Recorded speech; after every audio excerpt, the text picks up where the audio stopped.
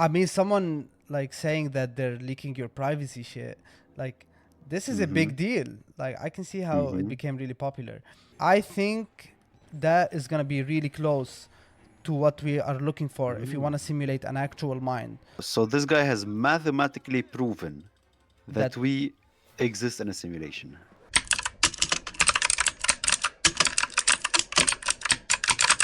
Hello, ladies and gentlemen. Welcome back to another episode of the Gamers Mike podcast.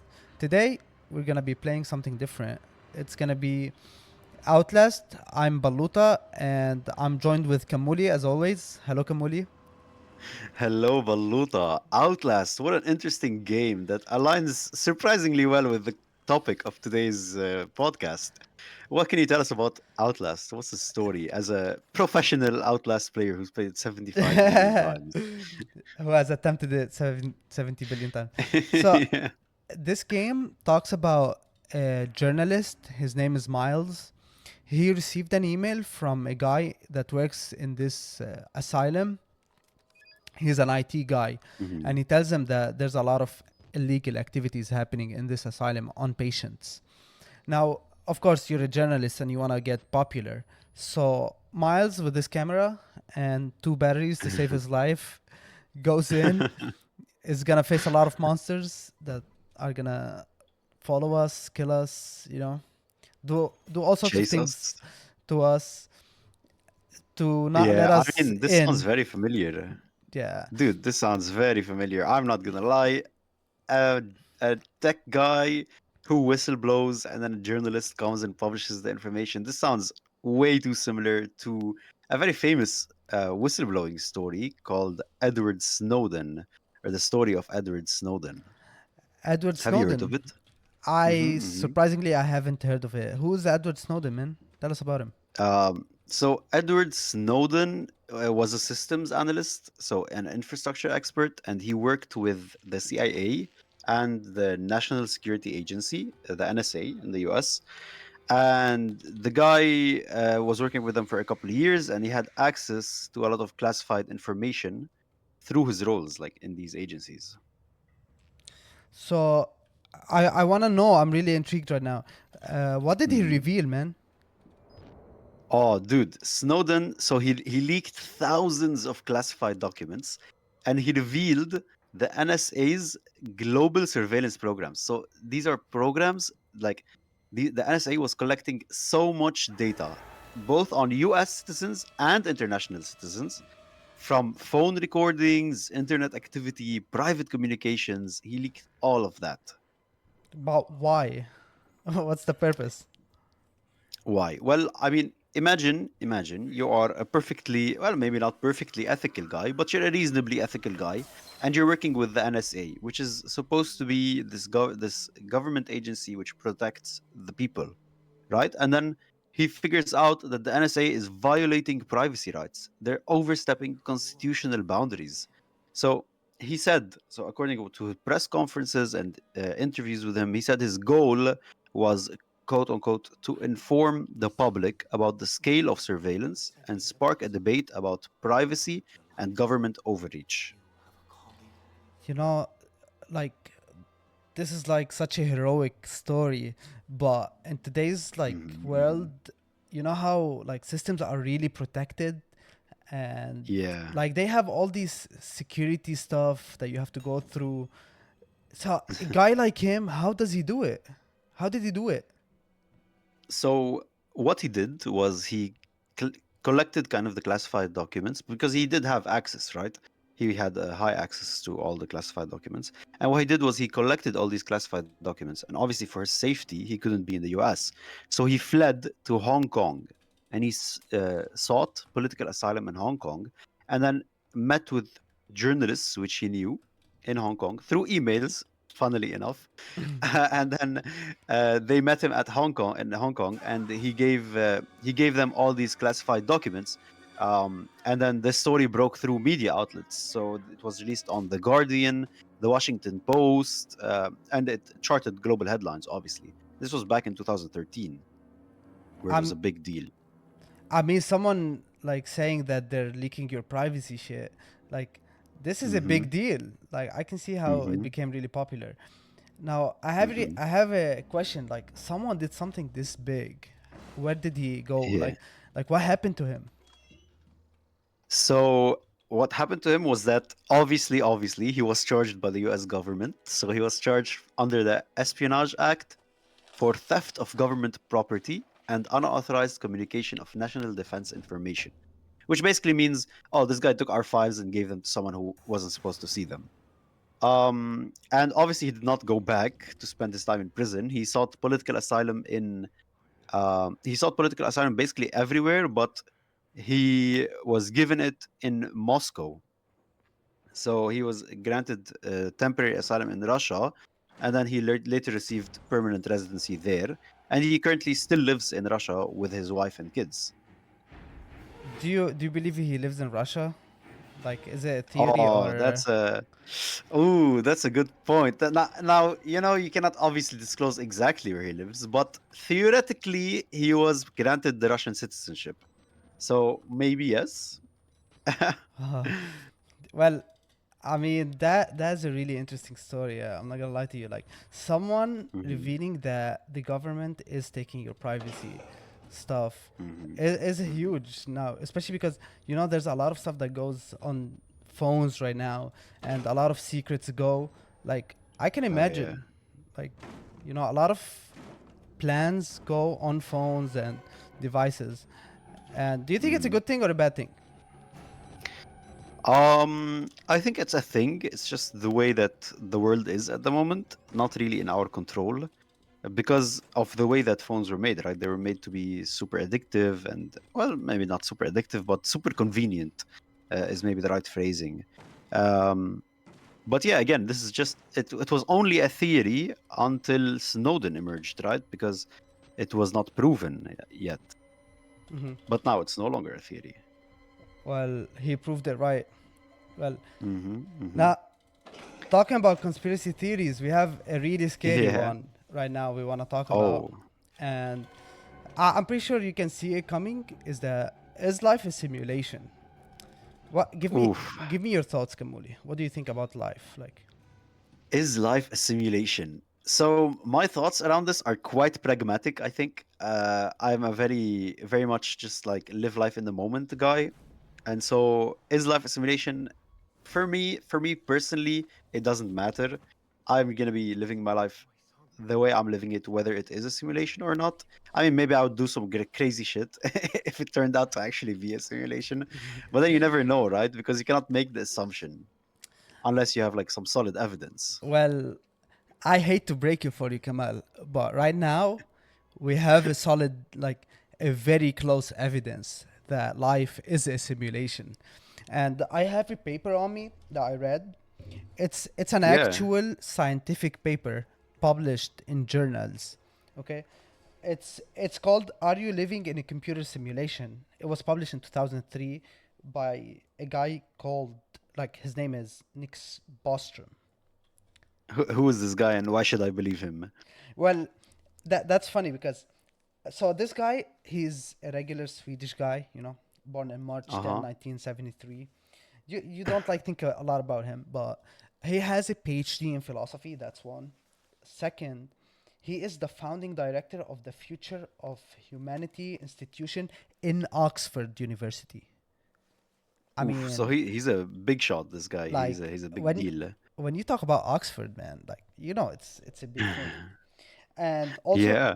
he taught for 2 years in Yale University. So this guy is up there. Okay, he's a very respected philosopher. Hmm. So I can imagine that his work And is not something you just read and laugh about it, and you're like, yeah, it's just a regular guy, and you move on. So this guy knows what he's doing, and he wrote this paper, and it's a bit scary. I'm not gonna lie to you. so what does the paper say? How does it work? So the way the paper works is that it suggests three scenarios, right? Now, Hmm. we need a little bit of background to Yeah. understand what he's saying. First of all, we need to understand what is the philosophy of mind. It's Mm. so the philosophy of anything says that what's the source of the thing, like, what is it, right? So when you say the philosophy of mind, you're basically asking the question, what is mind? Like, what are the thoughts? What is the feeling? Where do they come from? You know, all those stuff. And Okay.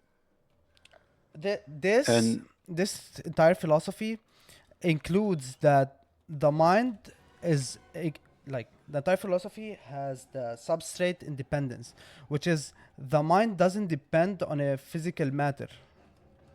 So okay, so it's saying that if the brain didn't exist, there could still be something called the mind, is what you're saying. exactly, that means the Oh. mind itself, the one that does the thinking and the feelings and everything, the conscious thing in the brain, Mm-hmm. doesn't need the physical aspects of the brain in order to function. And this is a very Interesting. interesting thing to say, because now you can create the mind. And you know, us So as engineers, simulated, basically. yeah, we can simulate it using computers. Yeah, but I mean, I would imagine it's not simple, right? It's got to be something very tech intensive or computationally intensive, no? Well, that's funny because he included numbers also in his research. Oh, So really? yeah, right now we know that every tissue in the brain does 10 to the power 21. That's 1 and 21 zeros next to it. Holy. Operations per second. Now, Oh my God. you know, we all know that the average computer right now that everyone owns does around, I want to say, couple of billions. So that's 1 That's and 9 zeros? 9 zeros next to it. Okay, that's very far. We're missing like 12 zeros up there. We are missing a lot of zeros, man. Yeah. So we are like, regular computers are very far from it. Now, right now we created the quantum computers, which do a couple of Mm. trillions, and one of the most powerful ones does hundred of trillions. So that's uh, How many zeros is that? 11? I want to say 12? no, hundreds of millions is gonna be Hundreds of 14. trillions. 14. 14. I mean, that's much closer. We only need like 7 more 7. zeros, right? So that's like 10 million times the power that we have right Yeah. now, which is really, Okay. which is I interesting. mean, but there's been progress, right? Which means it's possible Yeah, to create computers that powerful to simulate a human mind. to simulate. Yeah, that. Insane. Yeah. So Nick suggested that we need computers that are 10. They need to do the 10 to the power 52 operations per second for us to be able to simulate the mind, like a Wow. conscious mind. A conscious computer needs that many operations. So Okay. we are still a bit far. Now, science tells Yeah. us that we can achieve that in the near future, and by the near future, I mean a couple of decades. So Couple of decades. yeah, Actually, I heard the Nvidia CEO talk about this in his release, and he was like, "Oh yeah, quantum computing will become actually useful in 2045, so in 20 years." You think that's what he was referring to, I, like proper simulations? so I think that is gonna be really close to what we are looking for if you want Mm, to simulate an actual mind. interesting. That is very scary, Kamuli. I'm not gonna lie to you. Like, if you're not scared by Okay, now, it's so basically what we're saying is that it's possible, but I'm still not convinced. So, what were these like possibilities you were telling me about? What are these options you were telling me about? okay. So what Nick suggested is that we have three possibilities in life. So Okay. those three possibilities are like intuitive, right? So the first one is that humanity will end before us getting to this computing power. So humanity will end before Okay. we can create a conscious simulation. The Uh second huh. option is that people will reach it, but no one is interested in doing the simulations of a conscious humans. I mean, I doubt. Okay, so for the first one, like just real quick, I don't think that's the case because I think the at the rate we've been developing, unless like nuclear warfare breaks out and we all get sent back to the Stone Age in the next like 2 decades, then we're probably gonna get there, right? Yeah, And for the second one, I think people are definitely interested in simulating the human mind. Like Can you imagine the sheer benefits of doing something like that? I Insane. I know you can simulate how people will think and react to anything you want, which is Yeah, which is crazy. insane. I think Yeah. business people are gonna love that. Oh yeah, for sure, for sure. uh, Okay, so we've identified that it's option number 3, which is which is we do live in a computer simulation, no. and What? No, hey, there's some leaps of logic there. There. Oh, pause, what what pause. what's How what did we get there? so if just think about it, okay, it's either we Mhm. can do it and we don't want to do it, Yeah. or we can't do it, and that's what he's saying, or we can do it and we will do it. Okay, but why does this mean that we're in the simulation? Why does So it mean that we will have people in simulations? so with the current perfect stuff that we face, and we need to point out one thing is that the laws of physics, since they limit us, Hmm. that means that the simulation is limited. Okay. So since we are limited, that means we have someone put some limits for us. And it's if you think Ah. about it, it's really amazing because even the way that the universe started, the let's say the Big Bang theory, right? You can Yeah. say that the way like that happened because the simulation was initiated then, and that was the initial conditions, and then it exploded. So Interesting. So you think that the rules of the universe are basically set by these people who made the simulation? yes, Interesting. Very interesting. and And so, yeah. I'm assuming what your like line of thought is that, oh, if Holy we're shit, in oh, you got grabbed. that I scared me. just got a little bit jump scared too. Oh my god. Holy, Um, okay. yeah, yeah. So you're saying that like if we are capable of making a simulation and we have reached this point, what's the chances that we are the first one and not one of many thousands of millions of simulations? Exactly, Is what you're saying. and the limitations that we are facing with the laws of physics suggest that someone put these limitations for us. So, Interesting. oh my god. So that suggests that we are inside the simulation, and we So are get you saying God is just people who simulated us? that is very debatable. That is very debatable. That sounds like a very dangerous thing to say in front of a lot of people that I know. Yeah, I mean, you can say that like to a certain point, like it goes with a lot of religious points. Like it goes Hmm, along with it, and it goes along with the really? parallel universe theory that each universe is a simulation. And since that the Oh. theory suggests that like every universe has a different outcome for actions, which is exactly the point of a simulation. We want to know what happens if we Hmm. change the input. So let's say Interesting. in a different universe, the speed of light is not what it is in our universe. What will happen? And that's why we create a simulation. So I see. I see. it's a really nice idea. Now you go That's into quite a cool idea. Yeah. yeah. So these people, why would they do it? You can raise this question like, why would anyone like simulate us, right? I mean, I can imagine lots of reasons. I mean, The same reason people watch us, the same reason we are surveyed. No, for information gathering. so Bostrom suggested that people want to know what their predecessors did, and the only way Oh, the only way they can reveal that is by simulating us, and the way we react is what no. their predecessors did. That's what he's Wow. So suggesting. we are the ancient history channel for these guys in the far future. We are the Wow. history simulation so that those people know what their predecessors did. Damn. That's quite interesting. That's a very cool point. So, but this means that we were at some point real people. So the way I'm thinking about it, he didn't suggest anything, but the way I'm thinking about it is that Okay.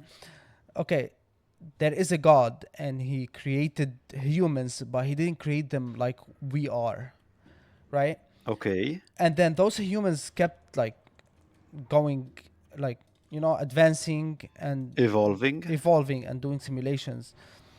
Yeah. up until they created us, which we are in the form that we are, and they wanna like check, like what if they were created like us? What would happen? And this will happen. Oh, You know? wait. So what you're saying is that we are the evolved version of humans, and they're saying, what if they started out as the evolved version of humans? What if they started out as the non-evolved version of the humans, and we are the evolved ones? That's my personal idea of it. So they're trying to see what would happen if they started out in the evolved version. Yeah. Very interesting. Yes. Damn, Uh, Balut dodging this guy like a pro. I can see it. watch this part, Kamal. This part is the crazy one. Oh, this is the memory of gold. The The Balut's memory of golden gold. memory of Holy. Baluta. Yeah, it's really interesting. Okay. That idea of is life a simulation? It's a It bit is quite scary interesting. too, because now you question reality. Like, what is reality? Yeah, but what would it change? Like if you let's say have proved now that life is a simulation, would you simply stop living life? Do you I think it's pointless? I think it's so I think it's a bit interesting because this suggests that we can reach that point too. If they reached it, we can. So we can reach the point of simulating life. Yes, so that means that we can get to a technology very advanced, and physics won't limit us to what Interesting, we yeah. think is the limitations. So would you rather okay, let's go super hypothetical here, right? We said 2045. In all Okay, likelihood, if God is willing, you will still be alive in 2045, correct? I hope so.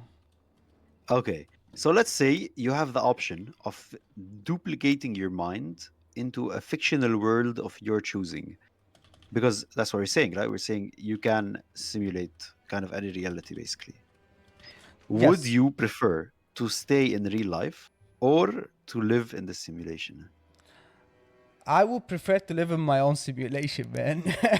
Really? Yeah, Really? yeah. Wow. Ima- Okay. I mean, I can imagine that would be a popular choice, right?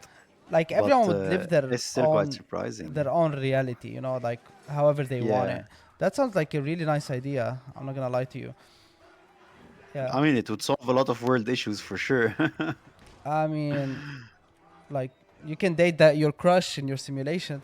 I know I'm married to Okay, mine. for all the loners out there in the world, the married man is telling us that we can date whoever we want in our simulations. Yeah, That's quite funny. yeah. And Very interesting. what's interesting too is that what Nick did in his research, what Bostrom did in his Mhm. research, is that he introduced a probability to it. And Yeah, we have three outcomes, right? What we listed yeah. before, that we will like extinct before we do it, and then or we can get to it but we Or don't we can get want to it, but we to. don't want to do it. Yeah, or we will do it and we live in it. Yeah. And what the probability showed is that there's a very very slight chance for the first two. It's almost zero for the Really? first two, and then it's almost one, which is almost 100% for the last one.